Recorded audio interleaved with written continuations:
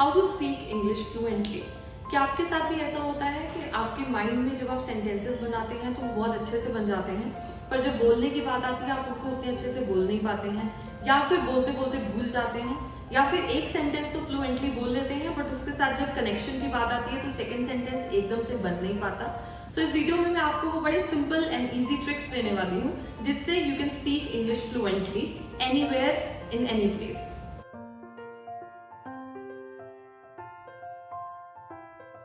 So tip number 1 is prepare well in advance.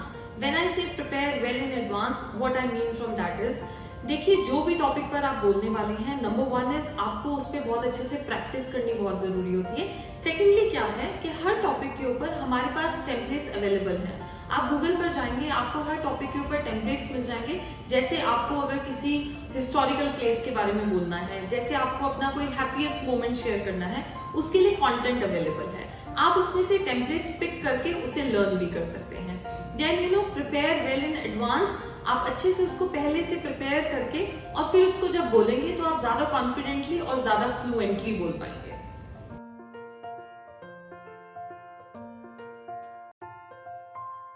Second trick है listen to more and more English. So listen to more and more English means you can listen to more and more English videos. You can listen to podcasts. You can listen to news in English. You can watch any series, any movies that is in English. And यहाँ पर मैं ये suggest करती हूँ कि जब आप ऐसी कोई English videos देखते हैं तो वो वाली videos देखें जिसमें captions होते हैं। कैप्शन से क्या रहता है, बिकॉज एक्सेंट का थोड़ा सा इशू रहता है। कई बार हम लोग कुछ ऐसे एक्सेंट में सुनते हैं वीडियोस जो हमें क्लियरली उसकी प्रोनाउंसिएशन समझ नहीं आती, तो हम गलत वर्ड पिक कर लेते हैं। अगर कैप्शंस होते हैं तो आपको जो समझ नहीं आ रहा आप उसे नीचे पढ़ भी सकते हैं। देन इसका सबसे बड़ा बेनिफिट क्या रहता है, ये आपकी ग्रामर को हेल्प करती है, आपकी सेंटेंस स्ट्रक्चर बेटर बनाने में हेल्प करती है, आपकी फ्लुएंसी को इम्प्रूव करती ही है क्योंकि आपको वोकैबुलरी आपकी बढ़ रही है। ओके, अदर देन दैट आपकी प्रोनाउंसिएशन बहुत बेटर होती है इससे। तो जब आप ज्यादा से ज्यादा इंग्लिश सुनेंगे आपकी इंग्लिश की नॉलेज इंक्रीज होती जाएगी and it will certainly help you in speaking fluent English.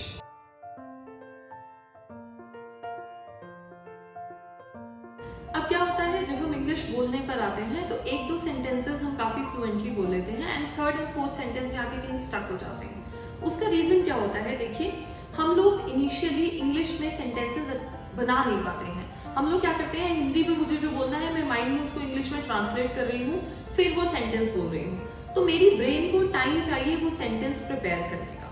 यहाँ पर मैं आपको एक बड़ा सिंपल सा टिप देती हूँ। आपको क्या करना है, try to reduce your rate of speech. Reducing your rate of speech का क्या मतलब है, रेट ऑफ स्पीच होता है 1 मिनट में आप कितने वर्ड्स बोलते हैं। सो जो नेटिव स्पीकर्स होते हैं, native English speakers, they speak many words in 1 minute. But जो नॉन नेटिव स्पीकर्स होते हैं, जो रूटीन में इंग्लिश नहीं बोलते हैं, उनकी जो रेट ऑफ स्पीच है वो कम होती है। तो मैं ये बोलूंगी आप रेट ऑफ स्पीच पर फोकस करें, सेंटेंसेस बोलिए बट इनिशियली थोड़ा स्लो बोलिए। I'll give you one example. For example, you have to give your introduction and you are starting with your name. You are saying, "Hi, my name is Ishleen." And you can say it like this, "Hi, my name is Ishleen." So second वाले में my rate of speech was less. उससे क्या होता है, मेरे brain को time मिल जाता है नेक्स्ट सेंटेंस सोचने का, प्रिपेयर करने का, एंड सेकेंड सेंटेंस फ्लुएंटली आ जाता है बैक टू बैक।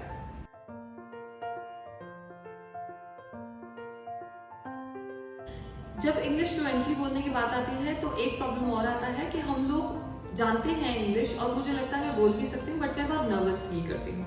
सो इसके लिए मैं आपको एक बड़ा अच्छा सा टिप देती हूँ। जब भी आप नर्वस फील करें, whenever you have to do any kind of public speaking, वहां पर what you can do is you can follow this tip, do deep breathing and breathe from your diaphragm. What is that?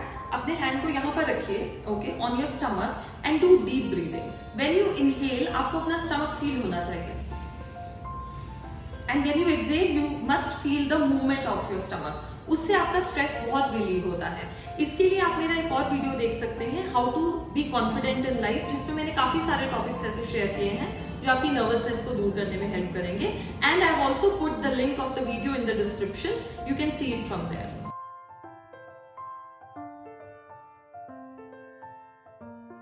And the last and most important trick is that you have to start speaking today. You know what we do is whenever we start learning English, हम लोग सीखते जा रहे हैं but बोल नहीं रहे हैं. So you have to start speaking it today. By today I mean start with small sentences, start with 2 to 3 sentences, then gradually increase it. धीरे धीरे उसको 5-10 पर लेते जाइए। अब इसके लिए आप और क्या कर सकते हैं? Speak English wherever you can. आपको लगता है मैं अपने बच्चों के साथ, अपने फ्रेंड्स के साथ, अपने पार्टनर के साथ कहीं पर भी इंग्लिश बोल सकती हूँ, इंग्लिश बोलना स्टार्ट कीजिए। किसी रेस्टोरेंट में जाते हैं, इंग्लिश में ऑर्डर कीजिए। रियल लाइफ के साथ उसे रिलेट कीजिए कि मैं रियल लाइफ में कहाँ कहाँ पर इंग्लिश बोल सकती हूँ। एक काम आप इसमें और कर सकते हैं, एक ग्रुप बना सकते हैं, या मेरा कोई ऐसा फ्रेंड जो इंग्लिश प्रैक्टिस कर रहा है जिसके साथ मैं रूल बनाऊं कि आज रोज मैं तुम्हारे साथ इंग्लिश में ही बात करूंगी, या अपने पार्टनर के साथ या अपने बच्चों के साथ, कोई भी एक ऐसा इंसान। और अगर आपको ये हो सकता है, आप ऐसा कर सकते हैं कि किसी नेटिव इंग्लिश स्पीकर के साथ प्रैक्टिस कीजिए, तो वो बहुत बेटर रहेगा, बिकॉज उससे क्या होगा, वो आपको टिप्स भी देता रहेगा इसको कैसे इंप्रूव करना है। एंड एक बहुत ही इजी सा ट्रिक मैं आपको बता रही हूँ, जब भी इंग्लिश बोलना स्टार्ट करें, start practicing it in the front of mirror. जब आप मिरर के सामने इंग्लिश बोलते हैं, उससे आपको क्या बेनिफिट मिलता है? एक, आपको ये लगता है कि कोई मुझे देख रहा है, तो वो आपका कॉन्फिडेंस इंप्रूव करता है। सेकेंडली, आपको खुद में कॉन्फिडेंस आता है कि मैं इंग्लिश बोलते हुए कैसी लग रही हूँ। देन यू नो, आपकी जो एक हिच होती है, एक हेजिटेशन होती है, वो दूर होती जाती है। सो जो भी आपको बोलना है, आज के लिए मैंने 2 to 3 सेंटेंसेस जो सोचे हैं, मैं मिरर के सामने प्रैक्टिस करूं और फिर पब्लिकली जाकर उसको बोलूं। मैंने कुछ सेंटेंसेस की लिस्ट बनाई है जो आप डेली रूटीन में यूज कर सकते हैं। I put it in the description, आप उसे वहां से ले सकते हैं, you can use it, okay, and you can refer it to your friends as well. So if you like this video, just hit the like button, subscribe to my channel and share this video with your friends who are also keen to learn good English.